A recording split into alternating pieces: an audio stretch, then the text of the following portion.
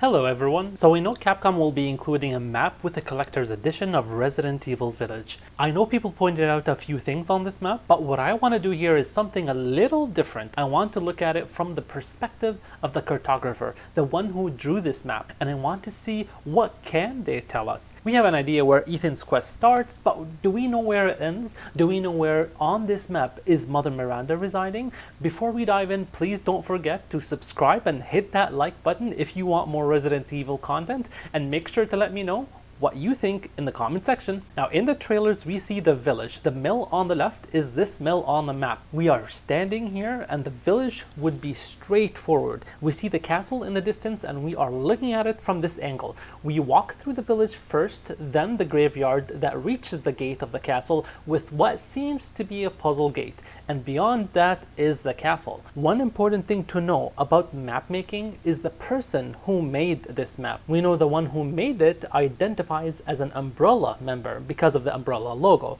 Historically, map makers who identify as part of a region or a country would usually put the flag they identify with on the map they make. Another thing to know is the importance that the cartographer gives each place on the map. Usually important locations are given to larger spaces and are provided with labels.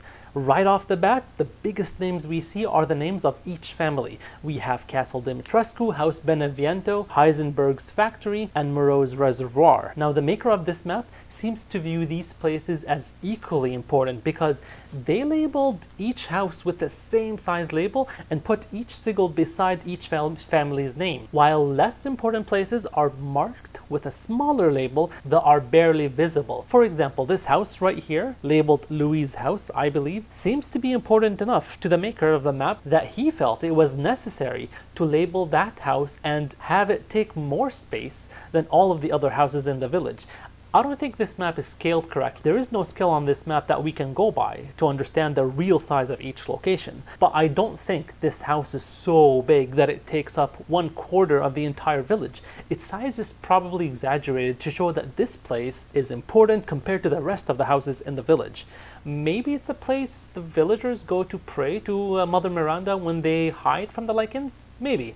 Now, I just said the maker of this map writes names and labels for the location he views as important, right? And that's why each family is given a big label. Now, many people pointed out that the top right corner of the map is where Mother Miranda may be located. Now, we know she is a big deal in this game. Lady Dimitrescu reports to her and the villagers pray to her. Then why do we not see a label that says House Miranda or the residence of Miranda or any kind of indication where she lives? Does that mean Mother Miranda is not located on this map? The answer is maybe she's not, or maybe the map maker just doesn't have enough knowledge of where Mother Miranda dwells. If Mother Miranda truly is that important, then not everyone should be able to just rub shoulders with her while walking down the street. People who are so high up the ladder are usually very difficult to see. Only very high-ranking people are worthy of communicating with her. So she may very well be in that place, but the maker may not have access to that knowledge. Maybe that means the map maker is not a very high-ranking member of those families we see on the map, but he does seem to know a great deal about the 4 families. He seems to know about the monster at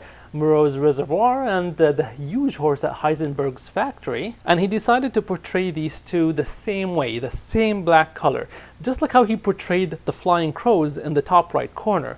It's as if he wanted to distinguish them from the statues on this map, as if to say these creatures aren't just statues, they are very much alive, and maybe they're boss battles that we're going to be encountering. Again, these two are not drawn to scale, so their size appears exaggerated to perhaps show their ferocity, like how dangerous they are. And finally, whoever made this map is probably long dead. The only way he could be alive is if he was kept alive by some virus. I say this not just because the map looks old, but because he put the south direction on top. Standard modern maps have north on top. Whoever this person is, he was living in a time where north being on top was not a known standard. But what I would like to know is what you guys think. So do you guys think Miranda is at that castle at the top right corner? Where do you think the final boss battle will be? Tell me in the comment section, and for more Resident Evil videos, please hit that like and subscribe button. Until next time, bye bye.